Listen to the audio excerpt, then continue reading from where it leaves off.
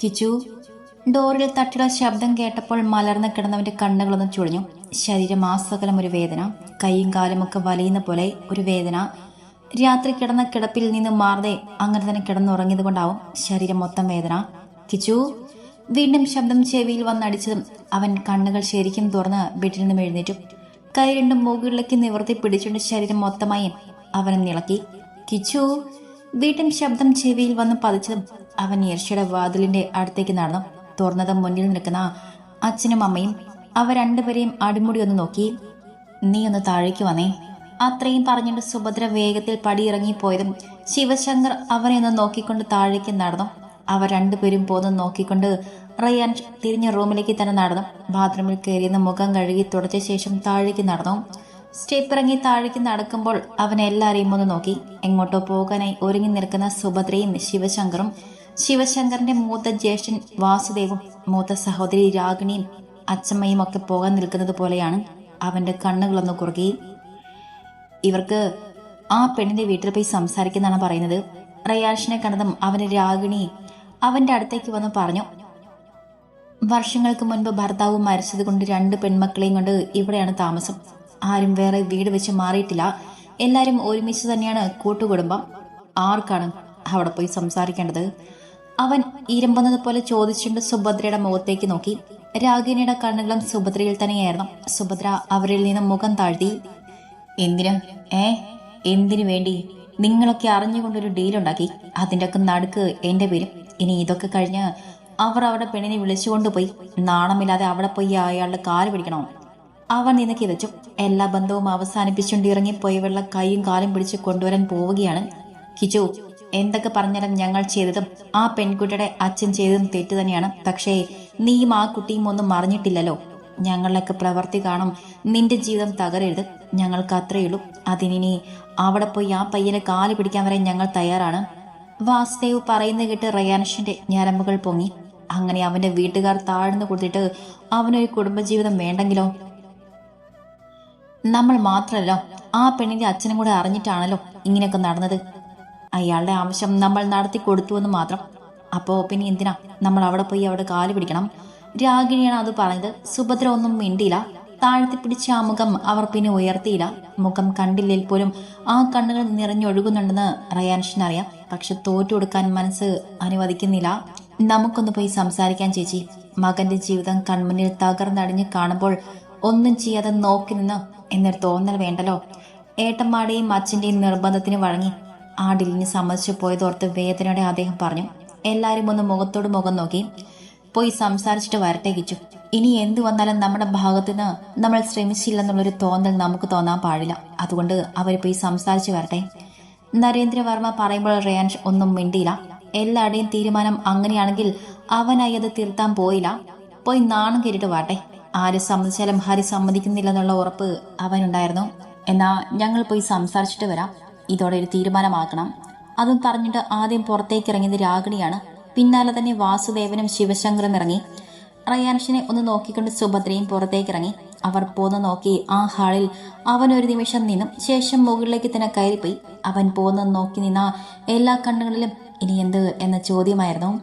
മുകളിലേക്ക് കയറിയവൻ ഒന്നിനും വയ്യെന്ന പോലെ ബെഡിലേക്ക് തന്നെ കമിഴ്ന്നു കിടന്നു. പോയ കാര്യം എന്താകുമെന്ന ഒരു ധാരണ അവന്റെ ഉള്ളിലുണ്ട്. ശ്രീഹരി പല ബിസിനസ് ഡീലുകളിലും കണ്ടു പരിചയമുള്ള മുഖമാണ്. ഉറച്ച തീരുമാനമുള്ള ചെറുപ്പക്കാരൻ. പലപ്പോഴും അവന്റെ സംസാരത്തോടും പ്രവൃത്തികളോടും ബഹുമാനം തോന്നിയിട്ടുണ്ട്. പക്ഷേ ഇവിടെ എന്തോ അവന്റെ ഭാഗത്തുനിന്ന് ചിന്തിക്കാൻ കഴിയുന്നില്ല. വല്ലാതെ സ്വാർത്ഥനായി ചിന്തിക്കുന്നുണ്ടോ? ഉണ്ട്. അല്ലെങ്കിൽ ഒരു പെങ്ങളുള്ള താൻ അവന്റെ തീരുമാനത്തോട് യോജിക്കണ്ടേ? എന്നാൽ ഇവിടെ അതിനാകുന്നില്ല. തികച്ചും സ്വാർത്ഥനായി തന്നെ ചിന്തിക്കുന്നു. ലച്ചു. ആരോ വന്ന് വാതിൽ തുറന്ന ശരീരത്തെ കുലുക്കി വിളിക്കുമ്പോഴാണ് ലച്ചു മുഖം ചുളിച്ചുകൊണ്ട് കണ്ണുകൾ തുറന്നത്. മുന്നിൽ വല്യമ്മ, അച്ഛന്റെ ഏട്ടന്റെ ഭാര്യ. ഹരി കഴിഞ്ഞാൽ പിന്നെ അവളെ എന്നും ചേർത്ത് പിടിച്ച ഒരു വ്യക്തി. ലച്ചു ആ കിടപ്പിൽ കിടന്നുകൊണ്ട് തന്നെ അവരെ നോക്കി മനോഹരമായി ചിരിച്ചു. നേരം കുറയായി, എഴുന്നേൽക്കുന്നില്ലേ? ആ വാക്കുകളിൽ ഒരു ധൃതി ഉള്ളതുപോലെ ലച്ചുവിന് തോന്നി. നേരത്തെ എഴുന്നേൽക്കുന്നതിന് വഴക്കു പറയുന്നവരാണ്. ഇന്നിപ്പോ എന്തു പറ്റി എന്ന ചിന്തയോടെ അവൾ ബെഡിൽ നിന്നും എഴുന്നേറ്റിരുന്നു. ഹരിയോട് ഓരോന്നും പറഞ്ഞിട്ട് അവന്റെ നെഞ്ചിൽ ചാരിയിരുന്ന് ഓർമ്മയുണ്ട്. ഇടയ്ക്കെപ്പോഴോ കണ്ണുകൾ അടഞ്ഞുപോയി. ബെഡിൽ ഇരുന്നുകൊണ്ട് ചുമരിൽ കറങ്ങിക്കൊണ്ടിരിക്കുന്ന ക്ലോക്കിലേക്ക് അവൾ നോക്കി. സമയം 10 ആവാൻ പോകുന്നുവെന്ന് കണ്ടപ്പോൾ അവളുടെ കണ്ണുകൾ മിഴിഞ്ഞു. ഓർമ്മയിൽ ഈ സമയം എഴുന്നേറ്റ് കാണില്ല.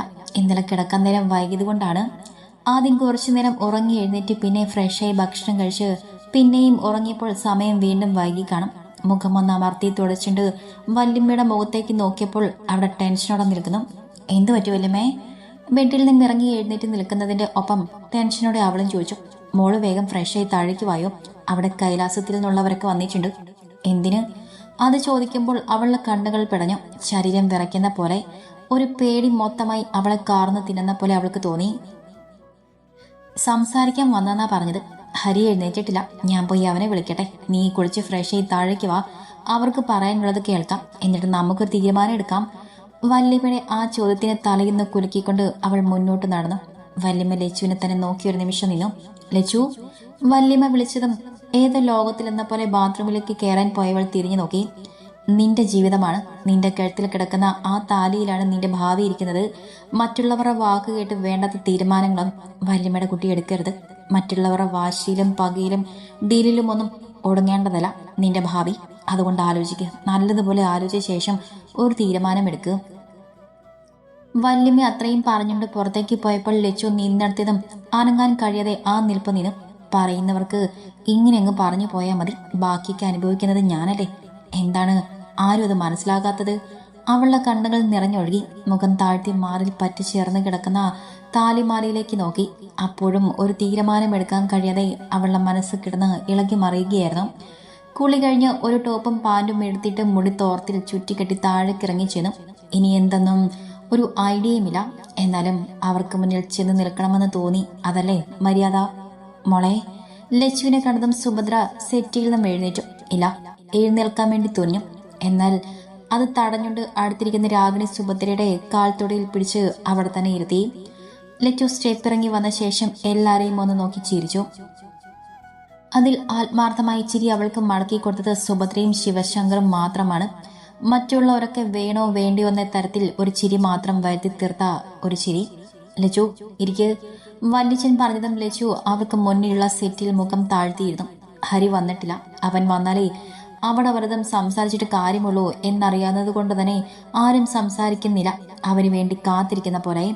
ഞങ്ങൾ വന്ന കാര്യം എന്തിനാകുമെന്ന് എല്ലാവർക്കും മനസ്സിലായി കാണുമല്ലോ അല്ലേ? വാസുദേവ് സംസാരത്തിന് തുടക്കമിട്ടു. അപ്പം അവർക്ക് സൈഡിൽ അവരെ നോക്കിയിരിക്കുന്ന രൂപയെയും ലച്ചുവിന്റെ അച്ഛൻ മാധവനെയും അദ്ദേഹം ഒന്ന് നോക്കി. ഇങ്ങനെയൊക്കെ സംഭവിച്ചു പോയി. സംഭവിക്കാൻ പാടില്ലാത്ത ഒരു കാര്യം അതിനിടയിൽ സംഭവിച്ചു പോയി. സുഭദ്രയ്ക്ക് ഇവിടുത്തെ കുട്ടിയെ കണ്ട് ഇഷ്ടപ്പെട്ടുവെന്ന് പറഞ്ഞപ്പോൾ ചോദിക്കാൻ വന്ന ഞങ്ങളോട് നിങ്ങളാണല്ലോ അങ്ങനെ ഒരു ആവശ്യം പറഞ്ഞത്. വാസുദേവ് പറഞ്ഞു നിർത്തുമ്പോൾ ലച്ചു മുഖമുയർത്തി അവൾ അച്ഛ അമ്മയെന്ന് വിളിക്കുന്ന ആ രണ്ടു പേരുടെയും മുഖത്തേക്ക് നോക്കി. കണ്ണൊക്കെ ഇങ്ങനെ നിറഞ്ഞിരുന്നു. ഇവർക്കൊന്നും മുന്നിലിരുന്ന് കരയിലിരുന്ന് പിന്നെയും പിന്നെയും മനസ്സിന് ബലം കൊടുക്കുമ്പോൾ ഓരോ വാക്കുകൾ കേൾക്കുമ്പോൾ തകർന്നു പോവുകയാണ്. എന്നിട്ടിപ്പോൾ കുറ്റം മുഴുവനും ഞങ്ങൾക്ക്. മാധവന്റെ മകൻ പറയുന്ന കേട്ടാൽ കുറ്റം മുഴുവനും ഞങ്ങളുടേതാണ്. നിങ്ങൾക്കൊന്നും ഇതിലൊരു പങ്കുമില്ലാത്ത പോലെ. അതുകൊണ്ടാണല്ലോ അവൻ ഇന്നലെ തന്നെ വന്ന് ഈ ബന്ധം അവസാനിപ്പിച്ചുകൊണ്ട് ഈ കുട്ടിയെ കൊണ്ട് ഇങ്ങോട്ട് പോകുന്നത്. രാഗിണിയാണ് സംസാരിച്ചത്. ആരും ഒന്നും മിണ്ടാതെ മുഖം താഴ്ത്തിയിരുന്നു. എന്തു പറഞ്ഞിട്ടും കാര്യമില്ല. ഹരി വന്നാൽ ആ തീരുമാനമൊക്കെ മാറും. പിന്നെ പറഞ്ഞിട്ടെന്താ കാര്യം? ലച്ചു ഒന്നും മിണ്ടാതെ മുഖം താഴ്ത്തിയിരിക്കുകയാണ്. അവർക്കിടയിൽ ഇരുന്നുകൊണ്ട് അവളുടെ അഭിപ്രായം പറയാനുള്ള ധൈര്യമൊന്നും അവൾക്കില്ല. നിങ്ങളുടെ മകളുടെയും ഞങ്ങളുടെ മകന്റെയും ജീവിത പ്രശ്നമാണ്. മറ്റുള്ളവരുടെ വാശി കൊണ്ട് ഈ ജീവിതം തകരരുത് എന്ന തീരുമാനത്തിലാണ് ഞങ്ങൾ നിങ്ങളുടെ മുന്നിലിരിക്കുന്നത്. ശിവശങ്കറിന്റെ വാക്കുകളിൽ ആത്മാർത്ഥതയുണ്ടായിരുന്നു. മറ്റുള്ളവരുടെ വാക്കുകൾ കേട്ട് ഇറങ്ങിത്തിരിക്കുമ്പോൾ വിവാഹം കഴിഞ്ഞ പിറ്റേന്ന് തന്നെ മകന്റെ ജീവിതം ഇങ്ങനെ കൺമുന്നിൽ തകർന്നു വീഴുമെന്ന് അദ്ദേഹവും പ്രതീക്ഷിച്ചിരുന്നില്ല. ഒരു തെറ്റ് ചെയ്തു പോയി. ഭവിഷ്യത്തുകൾ ഇത്ര വലുതായിരിക്കുമെന്ന് അദ്ദേഹവും അറിഞ്ഞിരുന്നില്ല. ഞങ്ങൾക്കും ആ തീരുമാനം തന്നെയാണ്. ഇങ്ങനെയൊക്കെ സംഭവിക്കുമെന്ന് ഞാനും കരുതിയില്ല. എൻ്റെ ഡ്രീം പ്രോജക്റ്റ് ആയിരുന്നു മുന്നിൽ. അന്നേരം മറ്റൊന്നും ആലോചിച്ചില്ല. അങ്ങനെയൊക്കെ സംഭവിച്ചു പോയി. അതിന് പറഞ്ഞിട്ട് കാര്യമില്ല. കഴിഞ്ഞത് കഴിഞ്ഞു. ഒരു നല്ലൊരു തീരുമാനത്തിലെത്തി ഈ ബന്ധം തുടർന്ന് മുന്നോട്ട് പോവുക എന്ന് തന്നെയാണ് എൻ്റെ അഭിപ്രായവും. അതിന് തൻ്റെ അഭിപ്രായം ഇവിടെ വേണ്ടെങ്കിലോ?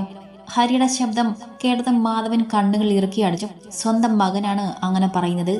മുന്നിലിരിക്കുന്നവരുടെ മുന്നിൽ മാധവന്റെ തൊലി ഉരിഞ്ഞു പോകുന്നത് പോലെയാണ് അയാൾക്ക് തോന്നിയത്. ഹരി മുന്നിൽ നിരനിരയായിരിക്കുന്ന എല്ലാരെയും നോക്കിക്കൊണ്ട് സ്റ്റെപ്പ് ഇറങ്ങി ലച്ചുവിന്റെ അടുത്തേക്ക് വന്നിരുന്നു. മുഖം താഴ്ത്തിയൊന്നും കേൾക്കാത്ത പോലെ ഇരിക്കുന്നവളെ തോളിലവൻ പതിയെ ഒന്ന് തട്ടുകയും ചെയ്തു. പറയൂ, എന്താണ് നിങ്ങൾക്ക് സംസാരിക്കാനുള്ളത്? ഹരി മുന്നിലിരിക്കുന്ന വാസുദേവനെ നോക്കിയാണ് ചോദിച്ചത്. ചിലരെ കാണുമ്പോൾ തന്നെ നമുക്കൊരു വെറുപ്പ് തോന്നില്ലേ? ഒരു അഹങ്കാരിയാണ്, ദുഷ്ടനാണെന്നൊക്കെ നമുക്ക് തോന്നില്ലേ? ആ ഒരു തോന്നൽ വാസുദേവനെ കണ്ടപ്പോൾ ഹരിക്ക് തോന്നി. ലക്ഷ്മിയുടെ അച്ഛൻ മാധവനല്ലേ? ഞങ്ങൾക്ക് സംസാരിക്കാനുള്ളത് മാധവനോടാണ്. ഇത്തിരി കടുപ്പത്തോടെ തന്നെ വാസുദേവ് ഹരിയെ നോക്കി പറഞ്ഞു. ഹരി അയാളെ നോക്കിയെന്ന് പുച്ഛിച്ച് ചിരിച്ചുകൊണ്ട് കാലിന്റെ മുകളിൽ കാൽ കയറ്റി വെച്ചുകൊണ്ട് സെറ്റിലേക്ക് ചാരി നേരെയിരുന്നു. മാധവനോട് സംസാരിച്ചൊരു തീരുമാനം എടുത്ത ശേഷം അയാളുടെ ഭാര്യയും കൊണ്ട് നിങ്ങൾക്ക് പൊക്കോ, അല്ലാതെ എന്റെ പെങ്ങളെ ഞാൻ നിങ്ങൾക്ക് തരില്ല. ഒരു കൂസലമില്ലാത്ത അവന്റെ മറുപടി. വാസുദേവനും രാഗിണിയും പരസ്പരം ഒന്ന് നോക്കി. മാധവൻ ഹരിയെന്ന് തുറച്ചു നോക്കി.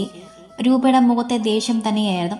അവിടെ ഇരിക്കുന്നവരുടെ മുന്നിൽ വെച്ച് അച്ഛനും അമ്മയും മാറുന്ന രീതിയിൽ ഒരു ബഹുമാനവും നൽകാത്ത ഹരിയോട് അവർക്ക് വല്ലാത്ത ദേഷ്യം തോന്നി. ഹരി, കുറച്ച് മാന്യമായി സംസാരിക്കണം. നിന്റെ അച്ഛനും അമ്മയും അല്ലേ, ആ മര്യാദ അവർക്ക് കൊടുക്ക്. വല്യമ്മയാണ്, മുന്നിൽ ആരൊക്കെയാണ് ഇരിക്കുന്നതെന്ന് ഒന്നും നോക്കിയില്ല. മാധവനും രൂപയും തല താഴ്ത്തിയിരിക്കുന്നത് കാണുമ്പോൾ ഒരു സങ്കടം.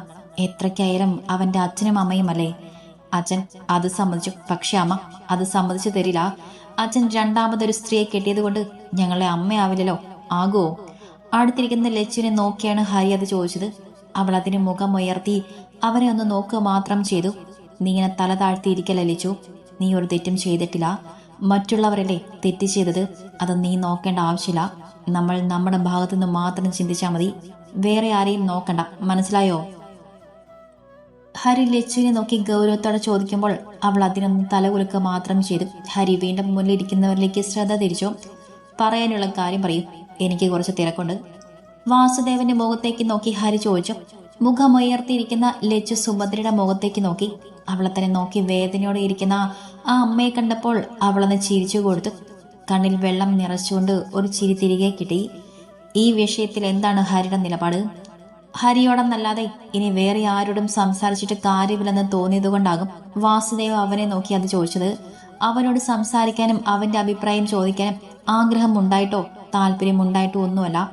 ഒരു തീരുമാനമുണ്ടാക്കാൻ അവൻ തന്നെ വേണമെന്ന തിരിച്ചറിവ് അതുകൊണ്ട് ചോദിച്ചതാണ്.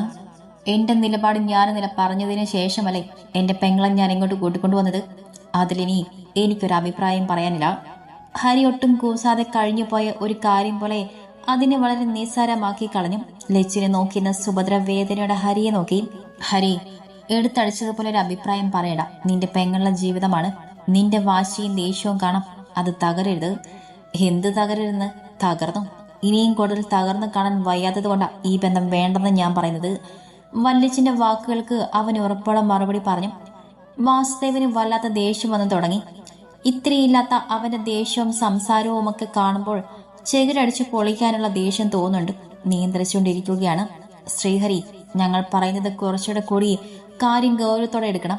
നീ കരുതുന്ന പോലെ ഈ വിവാഹത്തെ ഞങ്ങൾ ഒരു ബിസിനസ് ഡീലായി കണ്ടിട്ടൊന്നുമില്ല, ഇനി കാണുകയില്ല. ഇതൊന്നും ഇനി നീ നോക്കണ്ട. റയാൻഷിന്റെ ഭാഗം മാത്രം നോക്കിയാൽ മതി. അവൻ ഈ വിഷയം മറിഞ്ഞിട്ട് പോലുമില്ല. അവന്റെ സമ്മതത്തോടെയോ അവന്റെ അറിവോടെയല്ല ഞങ്ങളാരും ഇങ്ങനൊരു കാര്യം ചെയ്തത്. ശിവശങ്കറാണ് സംസാരിച്ചു തുടങ്ങിയത്. ഹരി അതിനൊന്ന് പുച്ഛിച്ചു ചിരിച്ചു. അദ്ദേഹം വീണ്ടും തുടർന്നു. നമുക്ക് സംസാരിച്ച് നല്ലൊരു തീരുമാനത്തിലെത്താം. ഇങ്ങനെയൊരു പ്രശ്നം കൊണ്ട് ഈ ബന്ധം വേണ്ടെന്ന് വെക്കരുത്. കിച്ചു നല്ല പയ്യനാണ്. ഞങ്ങൾ നിർബന്ധിച്ചാൽ അവൻ ഈ ബന്ധം മുന്നോട്ട് കൊണ്ടുപോകും. എന്തിന്? ഹരി പുരികം ഉയർത്തി അയാളെ നോക്കി ചോദിച്ചു. ശിവശങ്കറിന്റെ മുഖം ചുളിഞ്ഞു. വാസുദേവും രാഗിണിയും പരസ്പരം ഒന്ന് നോക്കി. അവരുടെയൊക്കെ ക്ഷമ നശിക്കുന്നത് പോലെയാണ് അവന്റെ സംസാരം. പറ മിസ്റ്റർ, എന്തിനാണ് ഈ ബന്ധം മുന്നോട്ട് കൊണ്ടുപോകുന്നത്? ഈ ബന്ധത്തിൽ ഒരു താല്പര്യവുമില്ലാത്ത റയാനുഷനെ നിങ്ങൾ എന്തിനാണ് നിർബന്ധിക്കുന്നത്? അവന് താല്പര്യമില്ലായ്മ ഒന്നുമില്ല. സുഭദ്രയാണ് അത് പറഞ്ഞത്. ശിവശങ്കറിന്റെ ആ വാക്കുകൾ കൊണ്ട് ഈ ബന്ധം വേണ്ടെന്ന് വെക്കുമോ എന്ന് അവർ ഭയക്കുന്നു. അതാണ് വേഗം ഹരിയോട് അങ്ങനെ ഒരു മറുപടി അവർ കൊടുത്തത്. എന്നിട്ട് ഈ അവനെവിടെ? ഈ ബന്ധത്തിന് താല്പര്യമുണ്ടെങ്കിൽ നിങ്ങൾ പറഞ്ഞ അവനല്ലേ ഇങ്ങോട്ട് വരേണ്ടത്. അവന്റെ ഭാര്യ അവൻ വന്ന് കൊണ്ടുപോകണമായിരുന്നു. അവന്റെ ഭാഗത്ത് തെറ്റൊന്നുമില്ലെങ്കിൽ അതവൻ അവന്റെ ഭാര്യയെ പറഞ്ഞ് മനസ്സിലാക്കണമായിരുന്നു, അല്ലേ? അല്ലാതെ ഇങ്ങനെ കുടുംബത്തിലുള്ളവരെ വിട്ടല്ല ഭാര്യയെ കൊണ്ടുപോകേണ്ടത്. ഇതിൽ നാം മറ്റുള്ളവരെന്താ മനസ്സിലാക്കേണ്ടത്? അവൻ ഈ ബന്ധത്തിന് താല്പര്യമില്ല. നിങ്ങളെല്ലാരും കൂടെ അവൻ ഈ ബന്ധത്തിന് നിർബന്ധിക്കണം, അങ്ങനെയല്ലേ? ഹരി പറഞ്ഞു നിർത്തുമ്പോൾ സുഭദ്ര ദയനീയമായി ഹരിയെന്ന് നോക്കി. റയാൻഷ് ഇത്തിരി ഈഗോ ഉള്ള കൂട്ടത്തിലാണെന്ന് ഹരിക്കറിയാം. ആ ഈഗോ കൊണ്ട് തന്നെയാണ് അവൻ ഇങ്ങോട്ട് വരാത്തതും അവന്റെ ഭാഗം സംസാരിക്കാത്തതും എന്നൊരു ചിന്ത ഹരിയുടെ ഉള്ളിലുണ്ട്. ഹരിക്ക് എന്റെ മകനെ കുറിച്ച് വലിയ പിടുത്തില്ലാഞ്ഞിട്ടാ. അവൻ ഇത്തിരി ദേഷ്യവും വാശിയുമുള്ള കൂട്ടത്തിലാ. ഇന്നലെ അവന്റെ വാക്കിനൊരു വിലയും കൊടുക്കാതെ മോള് ഇറങ്ങി വന്നതിലുള്ള ദേഷ്യമാണ് അവന്. മോള് ഞങ്ങളുടെ കൂടെ വന്ന ആ ദേഷ്യം വാശിയൊക്കെ മാറും. എങ്ങനെയെങ്കിലും ഈ ബന്ധം മുന്നോട്ട് പോകണമെന്ന ചിന്തയിൽ ആ അമ്മ വേദനയോടെ പറഞ്ഞതൊക്കെ സത്യം തന്നെയായിരിക്കും റിയാൻഷ്, അങ്ങനെ തന്നെയായിരിക്കും. പക്ഷെ ഇത് മറ്റുള്ളവർ സമ്മതിച്ചു തരണ്ടേ? സുഭദ്രയുടെ വാക്കുകൾ ലച്ചുവിന്റെ ഹൃദയത്തിൽ തട്ടി. അവന്റെ വാക്കുകൾ ഒരു വിലയും നൽകാതെ ഇറങ്ങി വന്നെന്ന് പറയുമ്പോൾ ഒരു വേദന. വേണമെന്ന് കരുതിയില്ല, തന്റെ സാഹചര്യം അങ്ങനെയായിരുന്നില്ലേ, അതുകൊണ്ടല്ലേ. അതെന്താ മനസ്സിലാക്കാത്തത്? അവൾ അവളോട് തന്നെ പറഞ്ഞുകൊണ്ടിരുന്നു. റിയാൻഷ് കൃഷ്ണ എന്ന ബിസിനസ്മാനെ എനിക്കറിയാം. ഞാൻ എൻ്റെ റോൾ മോഡലായി കാണുന്ന ഒരു വ്യക്തിയാണ്. പക്ഷേ ആ ആളുടെ പേഴ്സണൽ ലൈഫോ സ്വഭാവമോ എനിക്കറിയില്ല. എന്നെ കൊണ്ടാകുന്നത് പോലെ ഞാൻ അവനെക്കുറിച്ച് അറിഞ്ഞു വെച്ചുകൊണ്ടാണ് എൻ്റെ പെങ്ങളെ ഞാൻ അവന് കൊടുക്കാൻ തീരുമാനിച്ചത്. പക്ഷേ ഇനി എനിക്കതിന് കഴിയില്ല.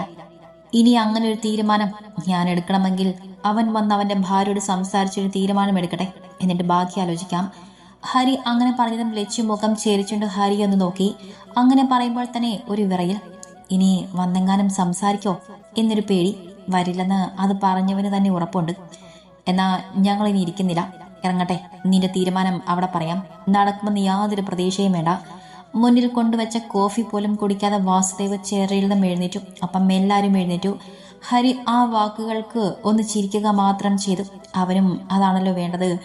വാസുദേവ് മാധവനെ നിന്ന് നോക്കിക്കൊണ്ട് പുറത്തേക്ക് പോയി. പിന്നാലെ രാഗിണിയും അതിന് പിന്നാലെ ശിവശങ്കറും ഇറങ്ങി. സുഭദ്ര മുന്നോട്ട് വന്നതും ലച്ചു അവിടെ അടുത്തേക്ക് നടന്നു ചെന്നു. പോട്ടെ.